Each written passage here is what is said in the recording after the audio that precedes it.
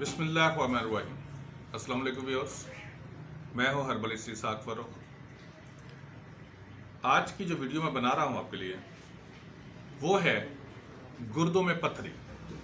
बाज़ औक़ात कुछ लोगों को पथरियां होती हैं लेकिन वो बनती रहती हैं, क्योंकि पथरी एक तरह की नहीं होती। कैल्शियम ऑक्सलेट की पथरियां भी होती हैं, यूरिक एसिड की पथरियां भी होती हैं, कैल्शियम फास्फेट की पथरियां भी होती हैं। अब साफजारे के पथरियाँ बनने का प्रोसेस तो चलता रहता है, क्योंकि जब हम खाना खाते हैं तो उसके बाद जब वो डाइजेस्ट के प्रोसेस में आता है तो कुछ लोगों को प्रॉब्लम होती है। वो लंबी चौड़ी डिटेल हो जाएगी कि कैसे पथरियाँ बनती है, लेकिन वो पथरियाँ बनती रहती हैं।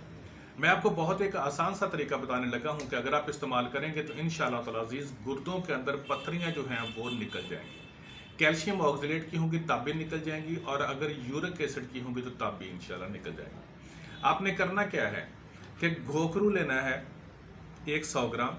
अब मैं एक मिकदार बताने लगा हूँ, आप इसको थोड़ा भी बना सकते हैं, वो आपकी मर्जी। घोखरू आपने लेना है जी 100 ग्राम। नंबर 2, हर्बल की ज़बान में उसको, हिकमत की ज़बान में उसको कपूर कचरी कहते हैं, लेकिन उसको आम तौर पर जो है ना वो चिब्बड़ कहते हैं। ये कपास के जब दिन होते हैं तो कपास के दिनों में बहुत ज़्यादा उसके अंदर होता है, और ज़िम्मेदार जो लोग हैं उसको अक्सर निकाल कर खाते रहते हैं, क्योंकि वो पहले कड़वे बहुत होते हैं लेकिन जब वो पक जाते हैं तो मीठे होते हैं। आपने वो चिब्बड़ जो है जाकर पंसार स्टोर वाले को कह दें या कपूर कचरी कह दें, तो आपने वो 300 ग्राम लेने हैं। अब मैंने आपको बताया कि मिकदार आप ऐसे कम भी बना सकते हैं, ठीक है जी। 100 ग्राम घोघरू और 300 ग्राम चिब्बड़ कपूर कचरी। चिब्बड़ी जाकर कह दें आप, सिंपली आसानी हो जाएगी आपको कहने में और याद भी रहेगा। इसको बारीक पिसवा लेना है। आपके पास कोई चीज़ नहीं है तो पंसार स्टोर वालों के पास ही मशीनें होती हैं, वहाँ से पिसवा लें। ये कड़वा होता है, खाना मुश्किल हो जाता है। आप इसको कैप्सूल्स में भर लीजिएगा।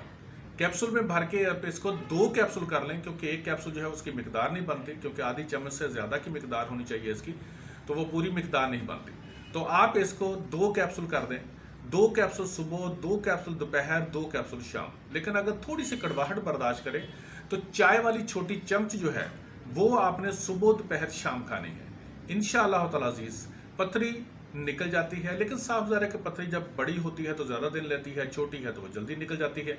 लेकिन इसके साथ खासकर आप ये करेंगे कि चावल नहीं खाएंगे, बड़ा गोश्त नहीं खाएंगे, गोभी नहीं खाएंगे, और कोशिश करेंगे कि कोल्ड ड्रिंक्स जो हैं वो, आप कहीं मेहमान जाते हैं, वो बहुत मजबूरी है तो पिए, वरना अदरवाइज़ कोल्ड ड्रिंक्स नहीं पिए। और जूसेस वगैरह जो होते हैं वो घर के फ्रेश बने हो तो ठीक है, डब्बे का जूस कोई भी इस्तेमाल नहीं करना। तो इंशाअल्लाह ताला अज़ीज़ आप देखेंगे कि चंद दिनों में पथरी जो है वो गुर्दों की, वो इंशाअल्लाह ताला अज़ीज़ निकल जाएगी। Thank you so much.